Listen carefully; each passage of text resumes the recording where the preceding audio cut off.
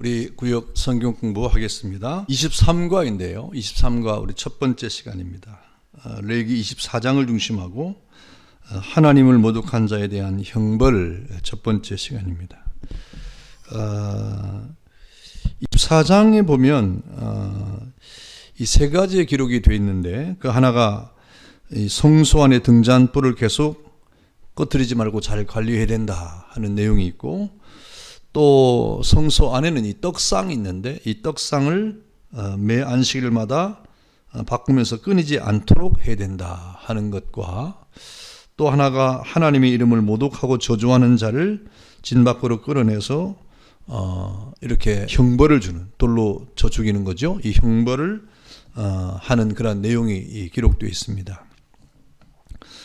그래서 이 세 가지의 아주 이 중요한 내용을 이렇게 기록하면서 이 세 가지 내용이 아주 여러 가지 중요한 의미를 가지고 우리에게 다가오는 것인데요.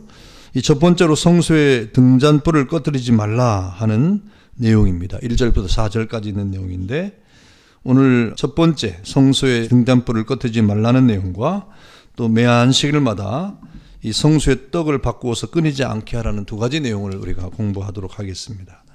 이 성소의 등잔불을 꺼뜨리지 말라는 것은 하나님이 계신 집이 성막이지요. 이스라엘 백성들이 이제 시내산에서 하나님이 성막에 대한 모형에 대해서 설명을 해 주시는데, 그 성막에 이렇게 규례를 주십니다. 그래서 이스라엘 백성이 성막을 만드는데 이 성막의 첫 번째 방은 성소라고 부릅니다. 성소, 거룩한 장소.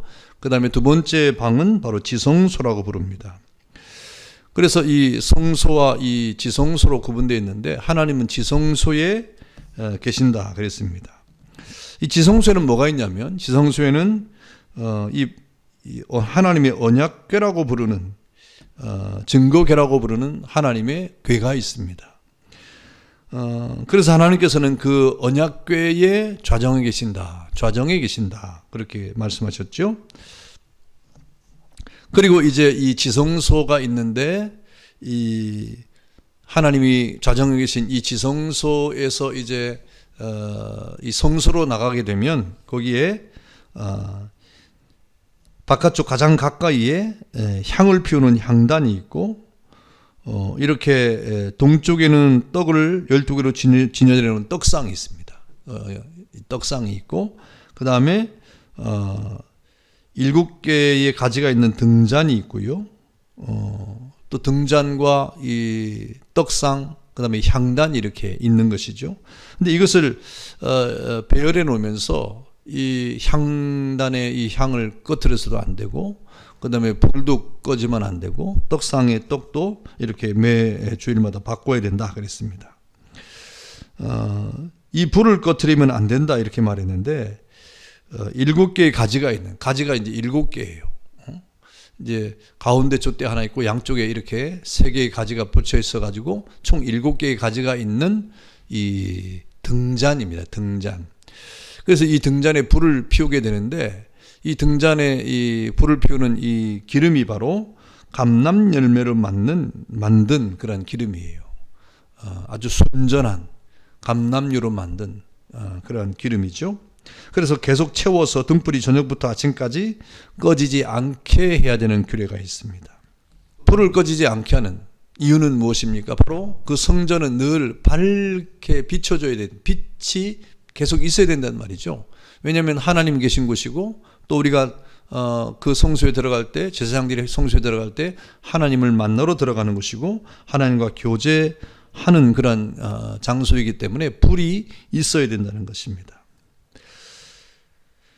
그래서 우리가 하나님을 알고 하나님을 깨닫고 하나님과 교제하기 위해서는 이 거룩한 빛이 있어야 된다고 하는 의미를 지금 하고 있는 겁니다. 이 빛은 요한 1서 1장 5절에 보니까 그 하나님과의 교제에 필요한 그 빛이 뭐냐? 그 등잔에 불을 꺼지 말라 그랬는데, 그 등잔이 비추는 빛이 어떤 것을 의미하느냐?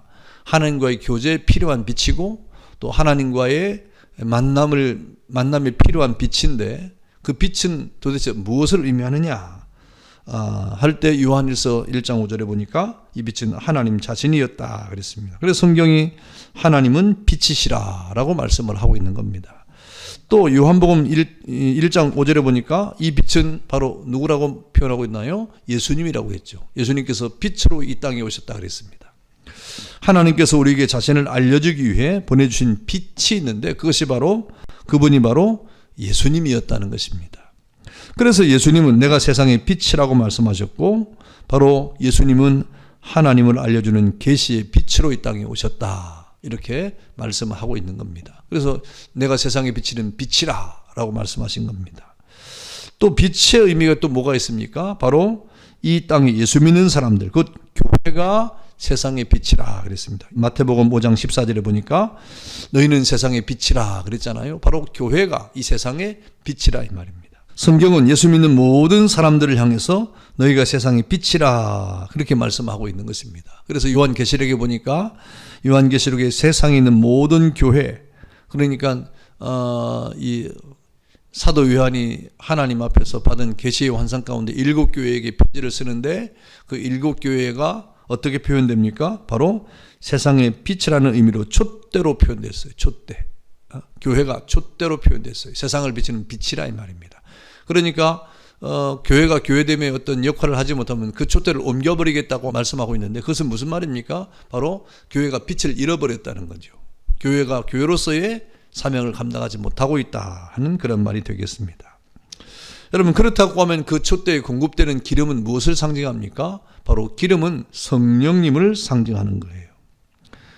예수님께서 이 땅에 오셔서 하나님이 어떤 분인가를 알려주실 때 하나님이 빛이시라고 하는 것을 알려주시고 또 예수님이 이 땅에 빛이라는 사실을 알려주고 교회가 빛이라는 사실을 알려주는 이러한 일 앞에 그 빛을 밝게 비추도록 하는 역할은 뭐가 하는 것이냐? 그 바로 성령께서 하신다 이 말입니다. 그래서 이 성령이 충만해야 그 빛이 온전히 빛나게 되는 거예요. 성령이 충만해야 하나님이 빛이신 것을 깊이 깨달을 수 있다는 말입니다. 성령이 충만해야 기름이 이렇게 빛을 더 밝게 하는 것처럼 예수님이 어떤 분인가를 우리가 더 깊이 알 수 있다는 거죠. 또 성령 충만의 교회의 사명을 깊이 깨달을 수 있는 것입니다. 그래서 이렇게 성령 충만한 상태에서 우리가 예수님도 마찬가지로 마귀를 이기고 성령이 충만한 가운데 하나님을 나타내고 복음을 전파하셨던 것처럼 예수님께서 이 땅에 빛을 밝히시는데 성령의 능력으로 행하셨다. 그러니 이 땅에 우리도 마찬가지. 우리도 하나님이 빛이심을 드러내고 또 예수님이 빛이심을 드러내고 또 교회가 빛된 사명을 감당하려고 하면 성령 충만을 받아야 되는 것입니다. 성령께서 우리 안에 계실 때 바로 하나님의 말씀을 아주 밝게 깨닫게 해주시는 거죠. 또 하나님이 우리 가운데 계실 때 또 우리는 하나님 말씀을 깨달을 뿐 아니라 하나님을 사랑하고 또 이 땅에 하나님의 사람으로서의 봉사할 힘을 주고 또 우리가 성도와 성도 사이에 교제할 수 있는 마음도 주시고 전도할 수 있는 마음도 주고 그리고 이웃과 함께 이렇게 끊임없이 그리스도의 복음을 증거하도록 하시는 그런 성령의 역사가 바로 감람유가 이 불을 밝히는 것처럼 성령께서 하시는 일이라 이 말이에요. 그러니까 성령이 충만하지 아니하면 빛이 어두워지는 거예요. 빛이 어두워지면 하나님을 온전히 알 수가 없고 예수님도 온전히 알 수 없고 교회의 사명도 온전히 행할 수가 없는 것입니다. 그러니 우리는 밝게 하나님의 거룩한 역사를 나타내기 위해서는 성령의 충만함을 받아야 비로소 우리는 하나님을 밝히 나타내고 또 예수 그리스도를 증거할 수 있는 것입니다. 그러므로 성령께서 우리 가운데 충만하게 임하게 해달라고 기도해야 되죠. 여러분 그 등잔이 이렇게 있는데 등잔에 불을 피우는데 불을 피우려고 해도 기름이 없으면 불이 안 나오는 것 아닙니까? 여러분 슬기로운 처녀와 미련한 5처녀의 그런 예화를 통해서도 우리가 들었던 것처럼 그 모든 10처녀에 비유해서 그 등잔을 다 같이 가지고 있었지만 뭐가 없었어요? 기름이 결과적으로 없었습니다. 기름이 결과적으로 없어가지고 그 신랑이 오신다고 하는 소리를 듣고 기름을 가지고 이렇게 불을 피워야 되는데 슬기로운 5처는 기름을 미리 준비해가지고 불을 켜고 신랑을 맞이했지만 그러나 미련한 5처녀는 등은 있었지만 불을 킬 기름이 없었다 이 말이에요. 밝힐 기름이 없었다 이 말이에요. 그래서 어두워가지고 신랑을 맞이하지 못했지 않습니까? 그래서 우리가 이 땅을 살아갈 동안에 하나님 앞에 신앙생활을 할 때 우리가 이 밝은 빛을 받아야 되는데, 그 빛은 바로 빛을 밝히는 것은 성령께서 하시는 일이라. 그럼 우리는 성령 충만을 위해서 기도하고 충만한 가운데 하나님의 은혜가 임하도록 기도해야 됩니다. 성령께서 우리와 함께 하실 때만 우리가 신령한 일을 행할 수 있는 힘이 생기는 것이죠. 그래서 모든 우리에게 주어지는 은사는 바로 성령의 열매예요. 그래서 성령이 충만하지 않으면 안 됩니다. 여러분, 예수님의 제자가 12명의 제자가 예수님과 3년 동안 이렇게 함께하면서 예수님이 어떤 분인가를 알았어요. 그런데 예수님이 어떤 분인가를 알았지만 그 예수님을 밝히 빛나게 하지는 못했어요. 왜 그렇습니까? 그럴 힘이 없었기 때문에. 그래 도망가고 예수님 십자가 돌아가실 때. 그런데 여러분, 성령 충만을 받은 그 제자들이 어땠습니까? 사도행전 2장에 성령 충만을 받은 그 예수님의 제자들은 비로소 그 성령 충만의 그 힘을 통해서 예수님을 빛나게 하지 않습니까? 예수님이 어떤 분인가 하는 것을 세상의 많은 사람들에게 증거하는 전도자의 사명을 살았던 것을 우리가 알 수가 있는 것입니다. 그래서 성소에 등잔불을 꺼뜨리지 말라 하는 것은 우리가 성령 충만을 받아야 된다. 그래야 하나님을 깊이 알 수가 있다. 그래야 예수님을 바르게 증거할 수 있다. 그래야 하나님의 교회를 온전히 세울 수 있다는 겁니다. 성령 충만함이 그렇게 중대한 것이죠. 예. 빛을 더 빛나게, 그 빛을 빛되게 하기 위한 그런 하나님의 은혜, 성령 충만이 되는 것입니다. 그리고 두 번째, 매 안식일마다 성소에 떡을 바꾸어 끊이지 않게 하라 그랬어요. 성소에 떡상인데, 성소에는 떡상이 두 줄로 6개씩 12개의 떡을 이렇게 놓습니다. 그래서 이 떡상에는 저들이 늘 먹는 떡을 구워서 6개씩 두 줄로 이렇게 놓았는데, 바로 이 12개의 떡상은 바로 이스라엘의 12지파를 상징하는 것이었다. 이스라엘의 12지파는 항상 하나님 앞에 서 있는 자들이라 이 말입니다. 이 성소에 있다고 한 이 12개의 떡이 이렇게 진열해 놓는 것은 이스라엘 백성들은 하나님 앞에 늘 항상 있는 백성이다 이 말이죠. 그래서 내가 너희와 함께하리라 하신 약속을 가시적으로 표현하고 있는 것이 바로 이 떡상입니다. 내가 너희와 늘 함께하고 있다. 너희도 나와 함께해야 된다 하면서 이스라엘 백성을 이 떡상에 6개씩 두 줄로 12개의 떡을 이렇게 성소에 진열해 놓는 것으로 상정해 가지고 하나님 앞에 늘 서 있는, 그리고 하나님 안에 거해야 될 백성임을 상징적으로 가시적으로 나타낸 것입니다. 그리고 이 떡은 하나님 편에서 볼 때 내가 너희를 책임지고 그리고 먹이고 입힐 것이다 하는 약속과 같은 거예요. 그 떡을 통해서 내가 너희를 항상 먹여줄 것이다. 일용한 양식을 줄 것이다. 걱정하지 말아라. 내가 너희를 입혀줄 것이다. 무엇을 먹을까 무엇을 마실까 염려하지 말라 하시는 하나님의 말씀에 대한 약속이 그 떡상을 통해서 이렇게 증거가 되고 있는 겁니다. 그리고 이스라엘 백성들 편에서는 하나님이 주시는 은혜에 대한 감사의 표현이죠. 그리고 하나님이 우리를 이렇게 먹이실 것이다. 우리를 입혀주실 것이다. 하나님의 약속은 반드시 지켜주실 것이다 라고 하는 그런 감사에 대한 표현과, 그리고 그들의 시간과 몸과 헌물을 바치는 것, 그러니 우리는 하나님 앞에 이렇게 늘 헌신적인 삶을 살겠습니다. 감사하는 삶을 살겠습니다 하는 그런 표현이 되겠습니다. 그런데 이 떡을 어떻게 하라고 말합니까? 안식일마다 바꾸라 그랬어요. 왜 그랬습니까? 안식일마다 바꾸라고 하는 것은 이 먹고 사는 문제 자체가 하나님 편에 있다는 것을 말씀하고 있는 것입니다. 안식일에는 바로 하나님께서 우리의 영혼의 양식을 위한 생명을 주시는 그런 날이 아니겠습니까? 그러니까 이 안식일마다 바꾸라고 하는 것은 이 땅의 모든 먹을 것과 마실 것의 모든 것의 이 주권은 하나님께 있다 이 말입니다. 그러니 염려하지 말아라. 너희가 먹을 거 염려하지 말아라. 마실 거 염려하지 말아라. 내가 너희를 반드시 먹이고 입힐 것이다. 그러면서 그 안식일을 오직 하나님께 영광을 돌리는 날로 삼으라 하는 겁니다. 그래서 안식일에 이렇게 떡을 바꾸는 일 때문에 이 제사장들은 주일에 그야말로 이 떡을 배불리 먹을 수 있었습니다. 이렇게 주일이라고 하는 것은, 안식일은, 주일은 바로 하나님께서 우리와 함께 하신다는 것을 깨닫는 것이고, 그리고 가장 풍성하게 영육의 풍성함을 누리는 날이 바로 안식일이 되는 것입니다. 우리 영혼의 양식도 배불리 먹을 뿐 아니라 우리 육신의 양식도 하나님께서 책임져 주신다는 그러한 진정한 안식을 누리는 날이 바로 안식일, 주일이라 이 말이죠. 그래서 여러분, 주일이라고 하는 것은 하나님이 우리 영의 양식도 책임질 뿐 아니라 육의 양식도 육의 양식에 대해서도 책임지시는 분이라 하는 것을 우리가 깨닫는 그러한 진정한 안식을 누리는 날이 되는 것입니다. 그래서 하나님께서는 안식일 날 이 떡상의 떡을 바꾸라 그랬어요. 바꾸라. 떡을 만들어 가지고 이 떡상에 있는 떡을 바꿔라 그랬습니다. 그런데 이 규례가 영원한 규례라고 했어요. 예수님이 오실 때까지 계속될 것이다. 그리고 마침내 이것은 예수님이 오심으로 성취가 됐죠. 그래서 떡상을 진열하는 것이나 떡을 매 주일마다 안식일마다 바꾸는 것은 계속된 규례였어요. 계속됐습니다. 주님 오실 때까지 계속됐습니다. 그런데 주님이 오심으로 성취가 돼서 주님 이후에는 이런 일이 지금 없죠. 지금 우리가 떡상을 만들거나 떡을 다시 구워가지고 바꾸거나 하지 않지 않습니까? 예수님이 오시고 난 이후에 이 모든 것들은 더 이상 떡을 드릴 필요가 없었다는 것이죠.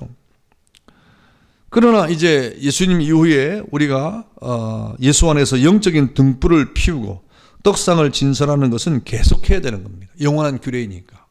그러면 직접 우리가 등불을 펴거나 지금 떡상에 떡을 진설하거나 그것을 주일날마다 바꾸거나 하지는 않지 않습니까?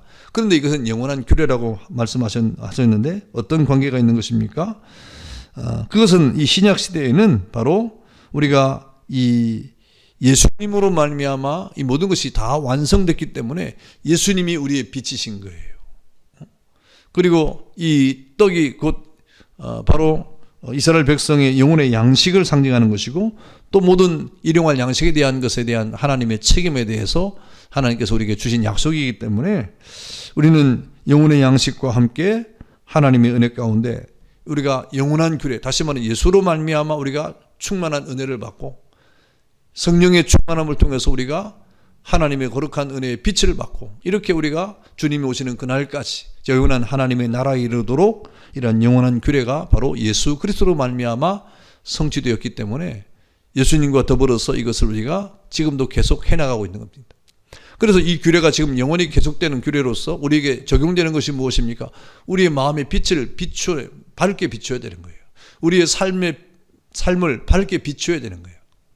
밝게 해야 되는 거예요. 그 밝게 하는 그런 원인이 무엇입니까? 하나님을 우리가 또 예수 그리스도를 또 우리의 삶을 밝게 빛나게 하는 것은 바로 성령 충만이죠. 그래서 이 성령 충만이야말로 이러한 이 불을 끄지 않고 계속 밝게 비추는 그런 영원한 규례에 합당한 우리의 삶이 되는 것입니다. 그리고 떡상을 계속 진설하고, 그리고 그것을 매 주일마다 바꾸라 이렇게 말씀하고 있지 않습니까? 우리가 날마다 예수로 말미암아 일용할 양식을 삼는 것입니다. 예수님이 우리의 영혼의 양식이기 때문에 그런 것이죠. 그래서 예수로 만족한 거예요. 예수로 만족하고 예수로 기뻐하고 예수로 즐거워하고 또 예수님으로 말미암아 우리가 정말 감사의 삶을 살아가는 것, 이것이 바로 우리가 하나님 앞에 떡상을 진설하는 것처럼 우리 영혼의 감사와 기쁨으로 예수 그리스도로 말미암아 그런 기쁨의 충만함으로 우리가 영적인 떡상을 이렇게 진설하고, 또 그것을 매 주일마다 하나님의 말씀을 듣고 매 주일마다 성도의 교제를 하고 매 주일마다 또 이렇게 우리가 함께 그리스도의 영광을 드러내는 이런 일들을 통하여 우리는 또 우리 영혼이 새로워지는 영적인 그런 부유함을 얻는 그러한 하나님의 은혜를 받는 것입니다. 이것이 바로 하나님의 영적인 규례가 계속된 가운데 우리에게 벌어지는 그러한 은혜가 되는 것이죠. 그래서 우리가 이런 우리 마음에 불을 밝히는 것, 성령의 충만함으로 불을 밝히는 것, 또 예수로 말미암아 늘 만족하고 영적인 기쁨과 또 영의 양식을 우리가 이렇게 충만히 받는 것, 이건 너무나 중대한 우리의 신앙의 모습이 될 것입니다. 자, 그 다음에 내용 연구 보겠습니다. 내용 연구 첫 번째, 성소의 등잔불을 꺼뜨리지 말라고 하신 말씀에 대한 설명인데요. 틀린 것은 뭔가 고르는 거죠. 자, 1번, 성수의 등잔불을 꺼뜨리지 말라고 하신 것은 우리가 하나님을 알고 하나님을 섬기고 하나님과 교제를 하기 위해서는 빛이 있어야 한다는 것을 의미한다. 이건 맞죠. 그건 안 고르면 되고요. 2번 이 빛은 하나님 자신이었다. 예, 그렇죠. 맞죠. 또 하나님 자신이기도 하고 예수님 자신이기도 하고 또 교회의 모든 성도들도 세상의 빛이라고 말씀하셨죠. 자, 3번 하나님께서 우리에게 자신을 알려주기 위하여 보낸 빛이 바로 예수님이셨다. 예, 맞습니다. 자, 4번 예수 믿는 사람들 곧 교회가 세상의 빛이다. 예, 맞습니다. 5번 등잔에 공급되는 기름은 성령님과 아무런 상관이 없다. 아니죠? 그러니까 틀린 것은 5번이 되겠습니다. 등잔에 공급되는 기름은 바로 성령을 상징하는 것이죠.